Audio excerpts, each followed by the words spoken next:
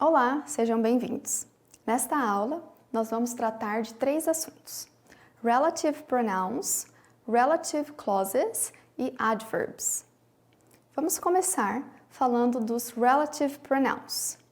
Bem, os relative pronouns, eles fazem referência à pessoa, animal ou coisa já mencionada. Eles normalmente agem como sujeito ou objeto de um verbo. Quando for sujeito, haverá um substantivo antes do verbo. E quando for objeto, o relative pronoun vem depois do verbo. Os relative pronouns são who, whom, which, that, whose, where e when.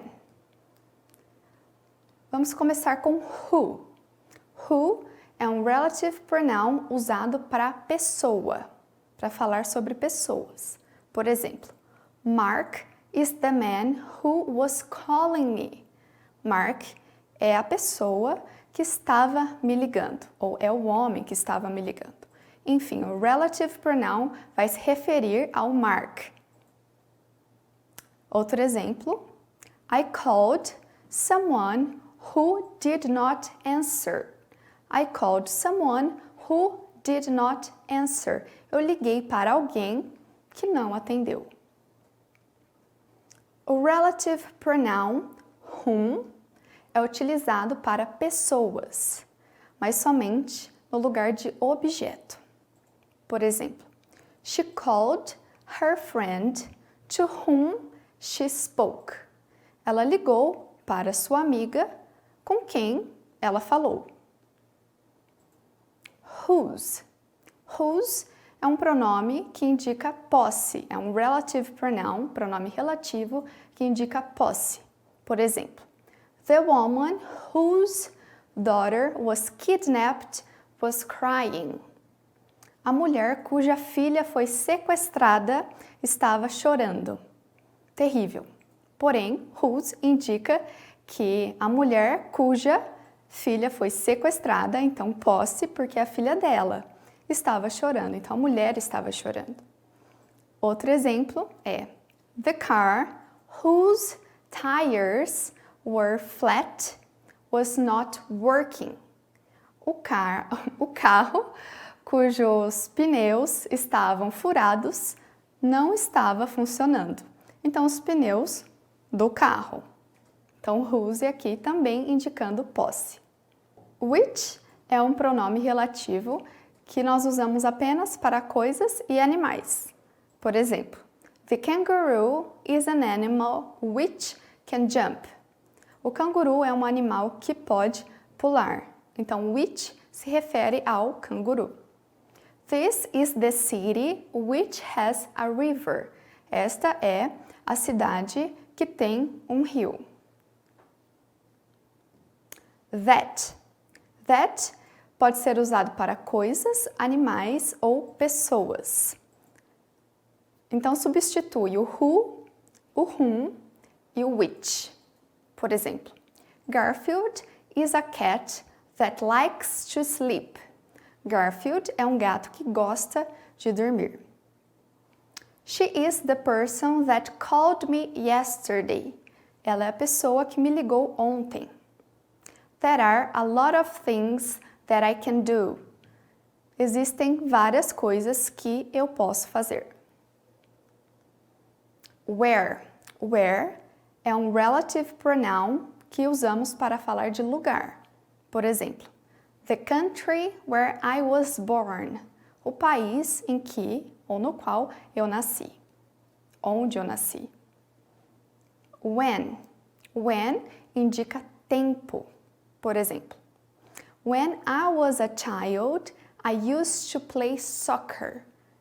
Quando eu era criança, eu costumava jogar futebol. Falando agora sobre as relative clauses. As relative clauses são orações que começam com um relative pronoun. Elas são usadas para definir ou identificar o substantivo que as precedem. Elas são divididas em defining clauses, que oferecem informações para definir ou informar, e as non-defining clauses, que são informações adicionais que vêm entre vírgulas. Temos aqui alguns exemplos, então, com defining clauses. Who? You know the girl who likes me. Você conhece a garota que gosta de mim. Whom? She knows the man whom I was speaking. Ela conhece o homem com quem eu estava conversando. Whose? This is the book whose pages are missing. Esse é o livro cujas páginas estão faltando. That. The car that I bought is black. O carro que eu comprei é preto. Which. The car which I drive is old. O carro que eu dirijo é velho. Where. Canada is a country where it snows. O Canadá é um país onde neva. When. I got into the house when the rain started to fall down. Eu entrei em casa quando a chuva começou a cair. Bem, podemos omitir um pronome relativo quando ele estiver como objeto de um verbo em uma oração definida. Por exemplo, the car which I drive is old. Então, which, neste caso, está como objeto, então ele pode ser omitido. The car I drive is old. A frase permanece com o mesmo sentido, com o mesmo significado. The place where I live is beautiful. O lugar onde eu moro é lindo. Aqui o where também está no lugar do objeto, então pode ser omitido.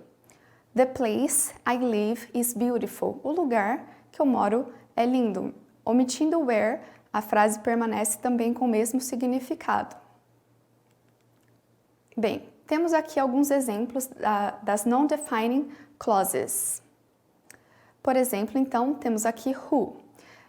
Lembrando que as non-defining clauses são frases com informações extras que vêm entre vírgulas. Who? Brian, who likes playing baseball, works at McDonald's. Então, Brian, que gosta de jogar beisebol, trabalha no McDonald's. Which? My cat, which has white fur, loves to play with me. Meu gato, que tem pelo branco, adora brincar comigo. Whose? That table, whose color is brown, would look good in my kitchen. Aquela mesa que tem a cor marrom ficaria ótima na minha cozinha. Who? Sarah, who likes reading, is a great writer. Sarah, que gosta de ler, é uma ótima escritora. Lembrando que com non-defining clause, a gente não pode usar o that, o pronome relativo that. Agora falando sobre os adverbs, que são os advérbios. Os adverbs têm a função de descrever um verbo, um adjetivo e às vezes um outro advérbio. Os advérbios normalmente vêm depois do verbo principal, mas se existir um objeto, ele virá depois do objeto. Os advérbios também podem vir no começo das frases, seguidos por vírgula. Temos aqui alguns tipos de advérbios, que são os advérbios de manner, que são os advérbios de modo, place, os advérbios de lugar, time, de tempo, degree, de intensidade e frequency, de frequência. Bem, os advérbios de manner, eles dizem como e normalmente terminam com li. Por exemplo, gladly, alegremente, gently, gentilmente, honestly, honestamente, madly, loucamente e badly, mal, de ruim, mal. Place, nos dizem onde, behind, atrás, below, embaixo, above, em cima, close, perto, próximo, far, distante, outside, fora, there, ali. Time são os advérbios que nos dizem quando. Now, agora, later, depois, soon, daqui a pouco, currently, atualmente, in the future, no futuro e finally, finalmente. Degree indicam quantidade, condições, relações e estados. Little, pouco. Very, bastante, muito. Quite pode significar pouco ou muito. Almost, quase. Too, bastante, exagero. A lot, muito. Totally, totalmente. Scarcely, difícil ou faltante. Frequency indica frequência. Então temos never, nunca, sometimes, às vezes, often, frequentemente, always, sempre, usually, usualmente e hardly ever, raramente. Alguns exemplos, então, de adverbs em frases são um exemplo do adverb de manner é She kissed him gently. Ela o beijou gentilmente. De place. The chair is behind you. A cadeira está atrás de você. De time. Finally, I finished reading the book. Finalmente, eu terminei de ler o livro. Degree. He is very shy. Ele é muito tímido. E de frequency, I call my friends always. Eu ligo para os meus amigos sempre. Bem, é isso. Espero que tenham aproveitado a aula e até a próxima.